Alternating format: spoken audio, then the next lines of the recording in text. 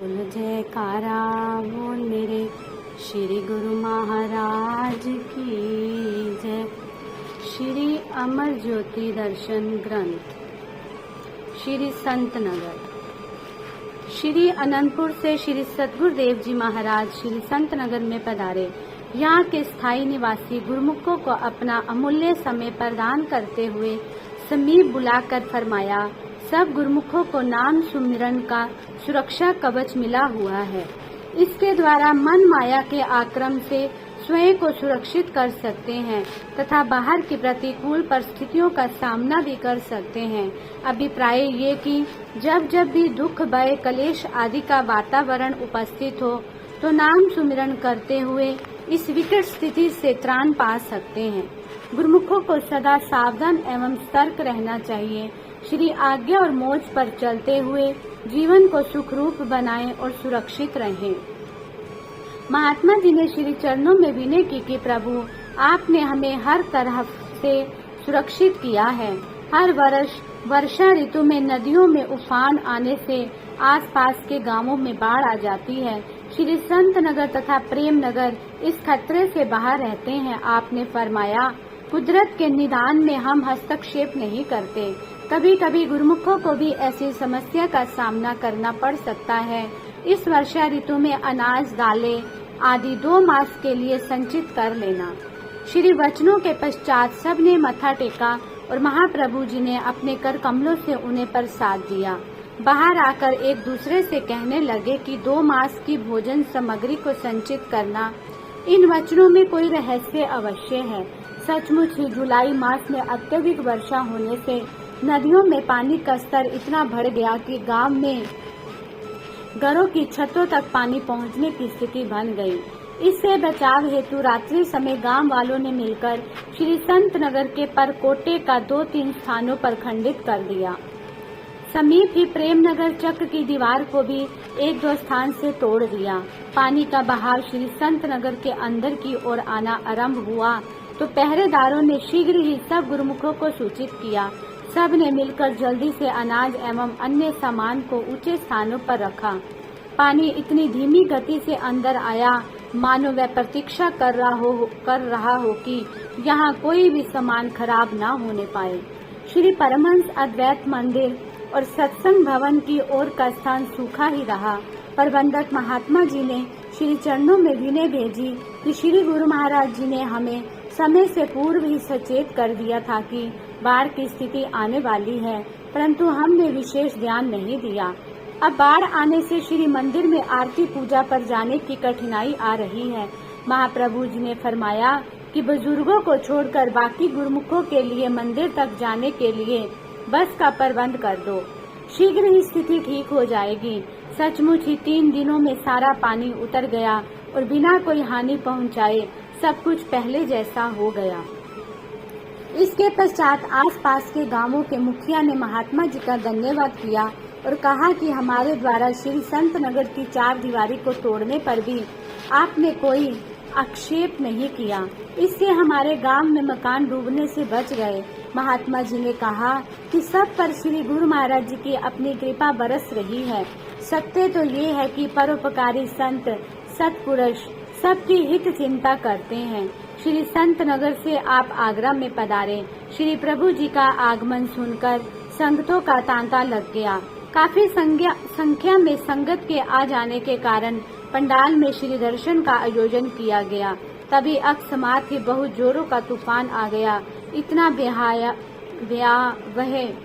कि उस तूफान की लपेट में पेड़ पौधे सभी जड़ सहित जमीन पर धराशायी हो गिरने लगे।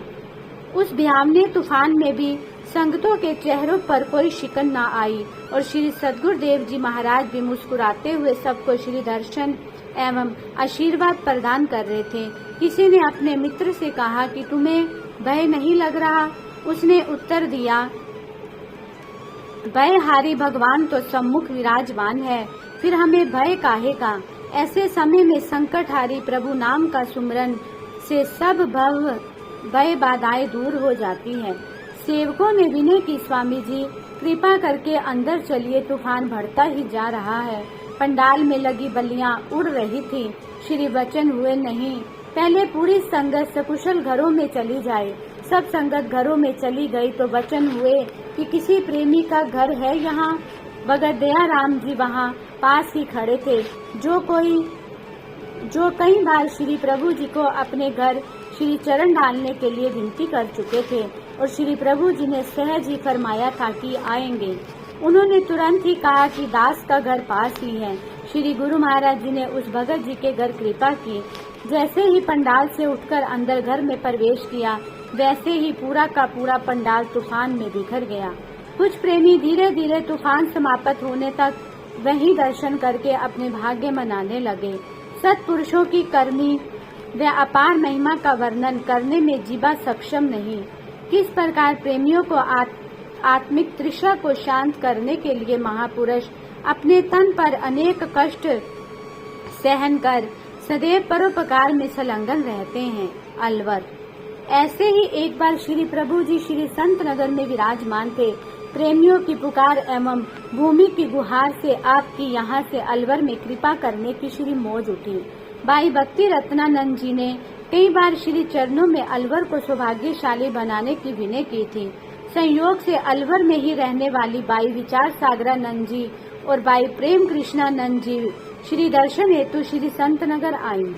उन्होंने श्री चरणों में विनय की, प्रभु अलवर का सत्संग आश्रम अभी निर्माणाधीन है, आप वहाँ पर श्री दर्शन देने की कृपा करें। आपने फरमाया कि वह जगह तो हमें कब से पुकार रही है। 15 मार्च सन 1985 को आपने श्री कार द्वारा श्री संत नगर से अलवर की ओर प्रस्थान किया। साथ में कुछ गुरुमुख जन बस द्वारा जा रहे थे। जैसे ही दोनों बाइयां श्री दर्शन के लिए कार के समीप आई तो श्री प्रभु जी ने फरमाया कि आप यहाँ हो,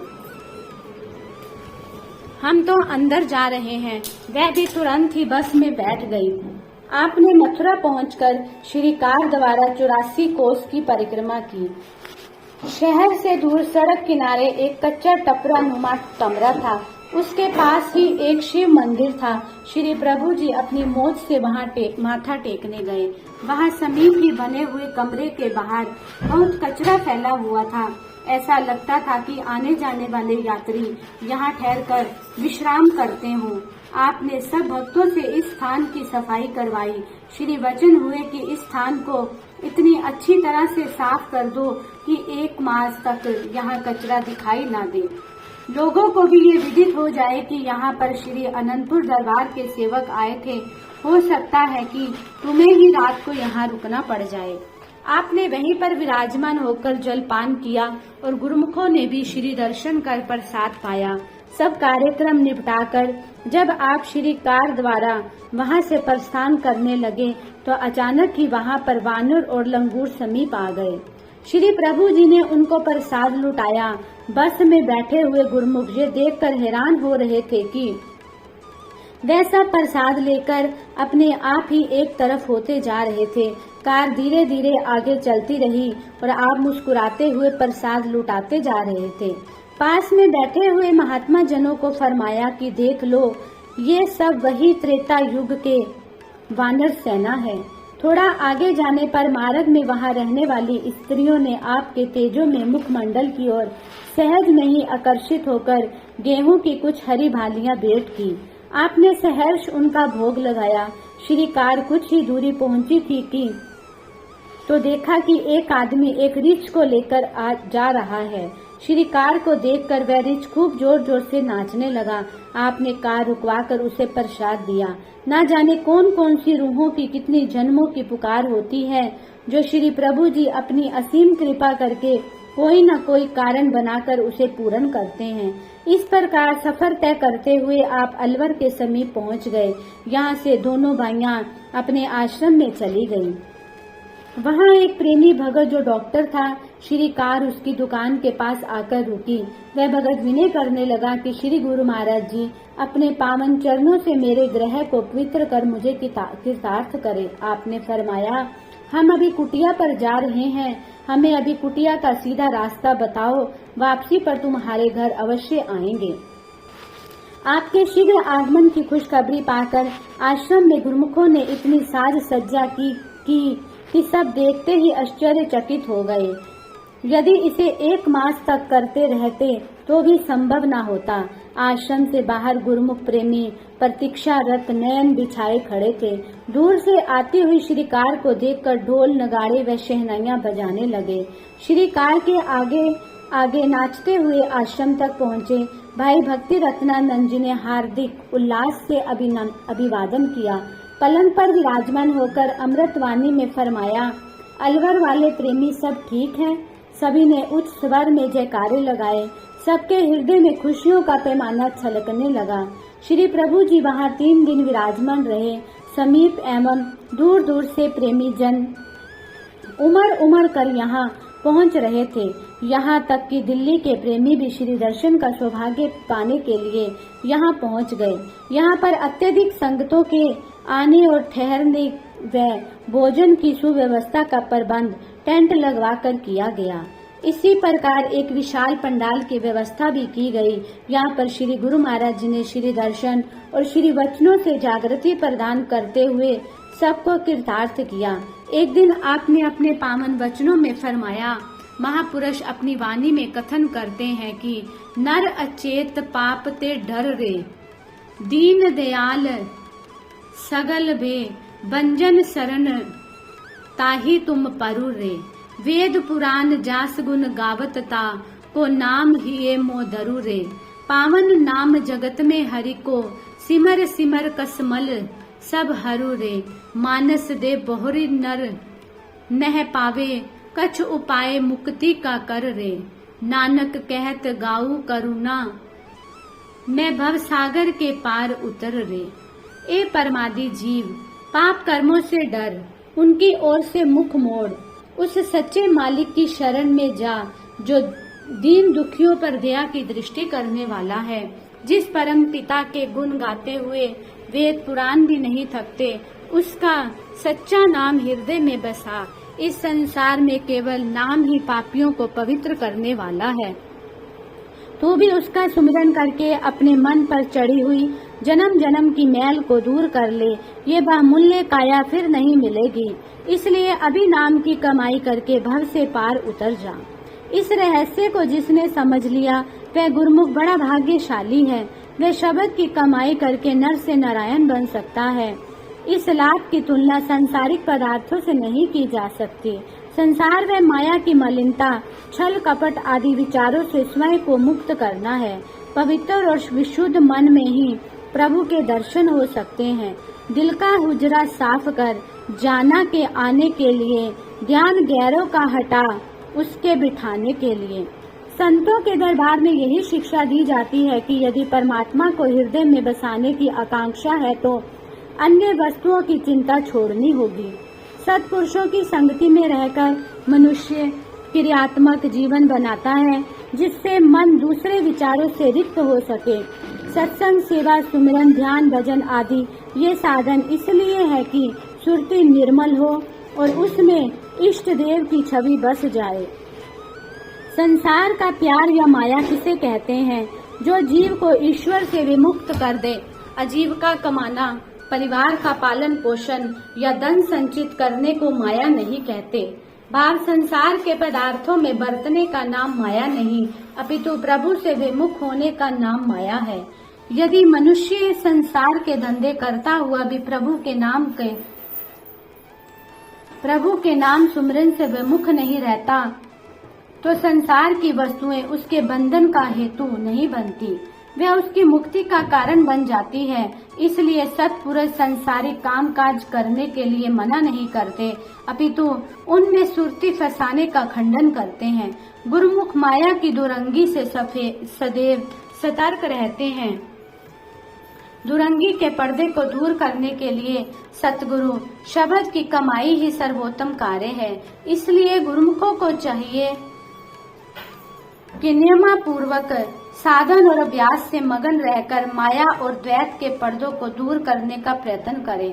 सुरती को निर्मल और शुद्ध बनाकर मालिक को प्रसन्न कर अपने जीवन को सफल करें। महाप्रभु जी ने अपनी अनमोल वाणी में संगतों को कई बार कृतार्थ किया, पर यहाँ केवल एक ही बार के वचन दिए गए हैं। संगत श्री दर्शन हेतु आती रही और श्री दर्शन एवं सत्संग का पूर्ण लाभ उठाती रही। इसके पश्चात आप दोनों भाइयों के कुटिया पर पधारे, जहाँ पर भी श्री प्रभु जी के आगमन की खुशखबरी मिल चुकी थी। सबने बहुत धूमधाम से स्वागत किया। यहाँ श्री मंदिर का निर्माण कार्य हो चुका था, बाकी काम अधूरा था। श्री मंदिर में विराजमान श्री परमहंस महान विभूतियों की सुंदर छवियां एवं साज सज्जा से प्रभावित होकर आपने फरमाया, यहाँ तो लोग स्वयं ही खींचे चले आएंगे। इसलिए ही श्री परमहंस दयाल जी की मौज अनुसार प्रत्येक स्थान पर श्री मंदिरों का निर्माण हो रहा है। हम श्री तृतीय पातशाही जी महाराज का वायदा पूरा करने आए हैं। उन्होंने यहाँ आने का वायदा किया था। बाई जी ने विनय की, स्वामी जी भगवान अपनी रूहों को पहचानते हैं, उनके दिल में प्रभु मिलन की अभिलाषा को जागृत करते हैं, स्वयं चलकर उनके पास पहुंचते हैं। भगत वत्सल विरत संभारनहार आपका नाम है। आपकी असीम कृपा के हम सब आभारी हैं। यहाँ एक महिला श्री चरणों में माथा टेकने आई। उसके हाथ में एक पंखा था जो वह श्री चरणों में भेंट करने के लिए लाई थी। उसकी वेशभूषा से ऐसा जान पड़ता था कि उसे 2 वक्त की रोटी भी नहीं मिल पाती होगी। श्री प्रभु जी ने उसका हाल चाल पूछते हुए फरमाया कि ये पंखा कहाँ से लाई है। महिला ने शीर झुकाते हुए बड़े विनम्र भाव से कहा कि मुझे कुछ माह पूर्व स्वप्न में श्री दर्शन हुए थे और मैंने देखा कि आपको बहुत गर्मी लग रही थी। बस तब से ही मैं चोकर आटे की छान बेचकर जो धन कमाती थी उसे जोड़ना आरंभ कर दिया। उसी धन से आज मैं अपनी भावना पूर्ण कर रही हूँ।